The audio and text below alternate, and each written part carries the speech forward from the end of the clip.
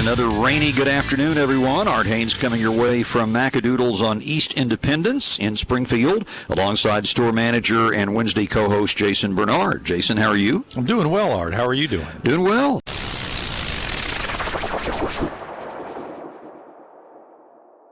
And we are very pleased to start hour number 2 of Sports Talk on this Wednesday, appropriately at Macadoodles, by visiting with John Dillon from the Daredevils. John, we appreciate you being on with us today.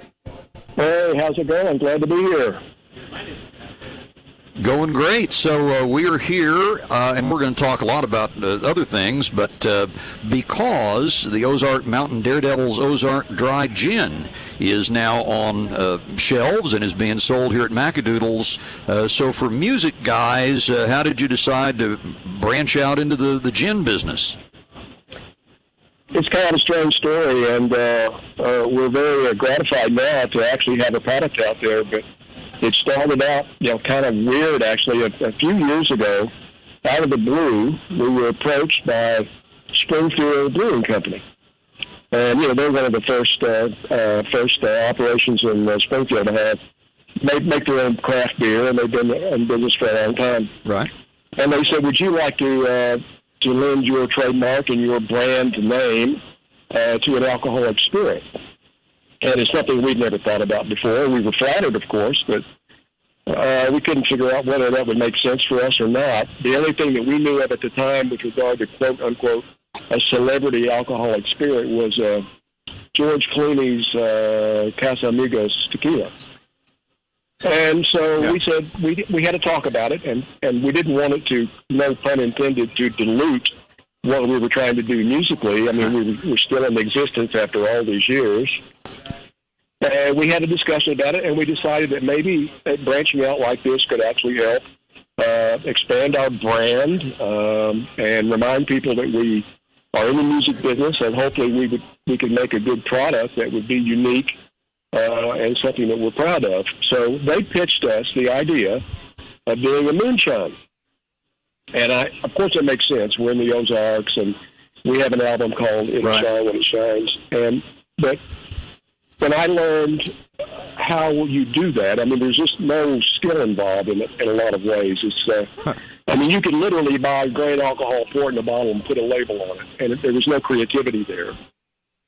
And I didn't like moonshine that much anyway. We wanted to do something unique, and I remember the story about going to London and discovering the subtle pleasures, the intense, complex pleasures, actually, of London dry gin, and thought we might could do that. And the distillery said, yeah, well, okay, let's try that. And then we all looked at each other because we didn't have a clue what to do. It's a very, very complicated problem to try to come up with a good gin. So it's taken a few years to get to this place. Where did the name Ozark Mountain Daredevils derive from? Well, we didn't. It's funny. When we first got together, we didn't really take ourselves very seriously. I'm not sure that we still do. We don't want, sort of a overview, our overview to get in the way of being able to establish a good creative process.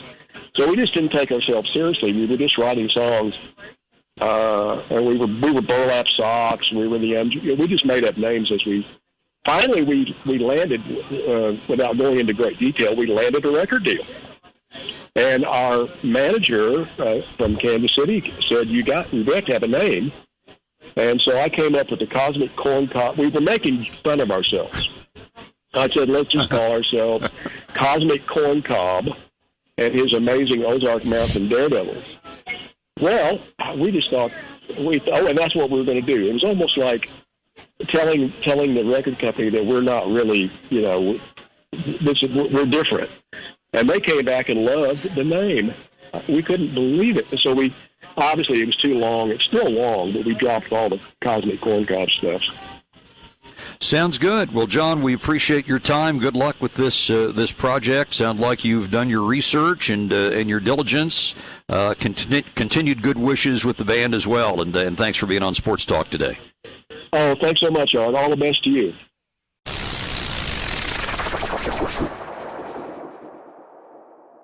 Let's go to the phones before we take our break, and you're on Sports Talk at Macadoodles. Yes, sir. Arthur, just a comment Yes. about the COVID thing. It is, I think it's going to be a name that's going to stick with us throughout time because it's brought out the madness in all of us for different reasons. It's like a family going through a trauma. They never get healthier. The craziness will show somewhere. For example, if they would have said, they being CDC or somebody in authority, we live in a narcissistic, it's all about me society, and they say, wear a mask to protect your neighbor.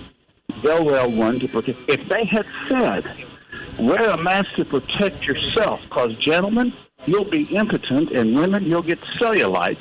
Like they'd have walked around with bags on their head, We don't care enough about one another to say, hey, I'm going to care about you. They say, and if you want to see what's going on, did you notice the crowd in attendance at the Tennessee football game on Saturday?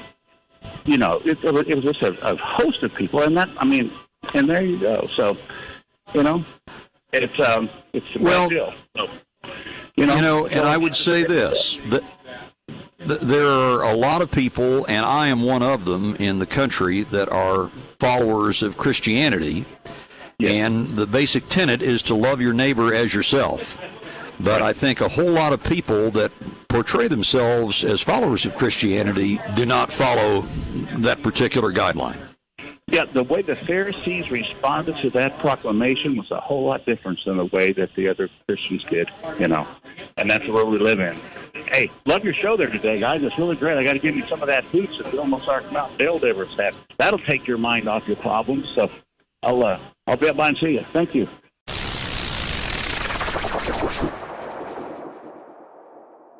Back with you on Sports Talk for a Wednesday afternoon, and pleased to be joined now from the Chiefs Radio Network by our buddy Danan Hughes. Danan, how are you? Hey, what's going on? How you doing? We're doing great. All well with the Chiefs at 6-1, although the expectations now are such that we have had people express concern that, 43-16 over Denver, that just wasn't impressive enough. Patrick Mahomes didn't put up big fantasy numbers, and, it's just not really good enough to suit some people. But 43-16 is 43-16. Yeah, that's what it exactly is. I think we've become accustomed to, and probably a little spoiled, to seeing him and his magic be produced with winning victories by the Chiefs. And I think it's more encouraging that he did not have a big day, and yet we won by so many points. So what some people may look at, especially the fantasy owners, that might look at it in negative light, I think it's a huge positive that we have shown again, unlike several teams. I mean, there's a lot of teams around the league that are supposedly, or several teams around the league that are supposedly as good or better than the Chiefs. But if you look at their wins, even the undefeated ones, if you look at their wins, do they have a win like this where the offense or that offensive star at the quarterback position didn't really have their best game? Not really. So I think we should look at it from that light. I was encouraged by the fact that the defense now has become such a weapon. I mean, it's almost like, and it is, the Chiefs can win games with their defense. They don't have to outscore people. Yeah, you're exactly right. I mean, we had the one lull against the Raiders. Unfortunately, it was against the Raiders, and it was at home. But this defense has really stood up. I mean, now, are they as good as they were at the end of last season? Not sure about that yet, but they definitely aren't a hindrance to winning, and they're not a liability where we've seen some defenses in the past be liabilities to really good offenses. So I like the fact that they've stepped up, and, the Denver offense, they have some question marks, but they, going into that game, they got a nice 1-2 punch in the run game.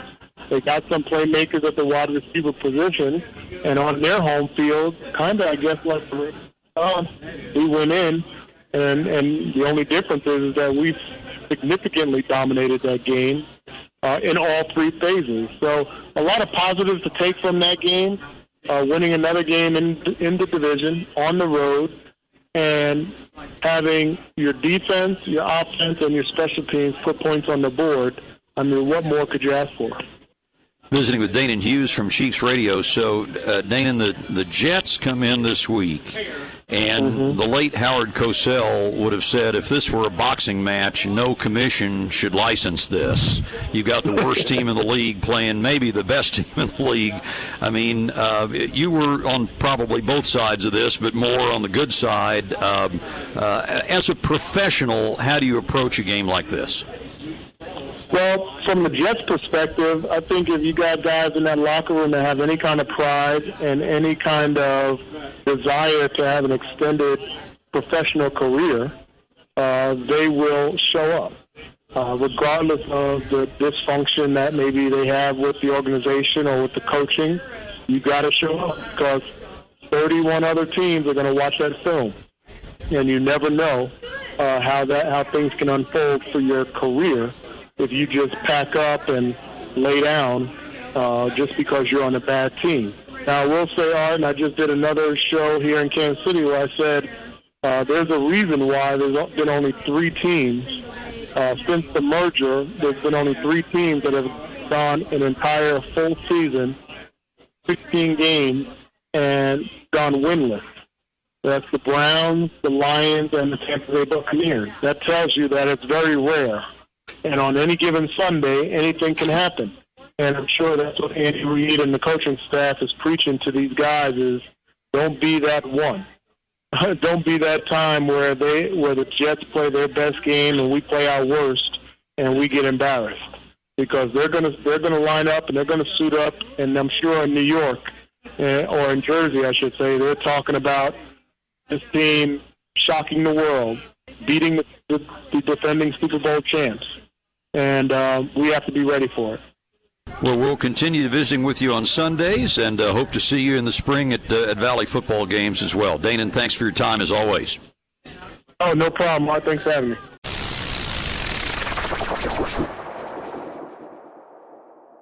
Jason, thanks as always. Great being here and to talk about Chivas Regal Scotch and Ozark Mountain Daredevils Gin. Yeah, absolutely. Come on in, get a bottle, try it. You'll be pleasantly surprised. It's quite good. It's not a gimmick. They did a great job with this. And we'll talk to you tomorrow on ESPN The Jock.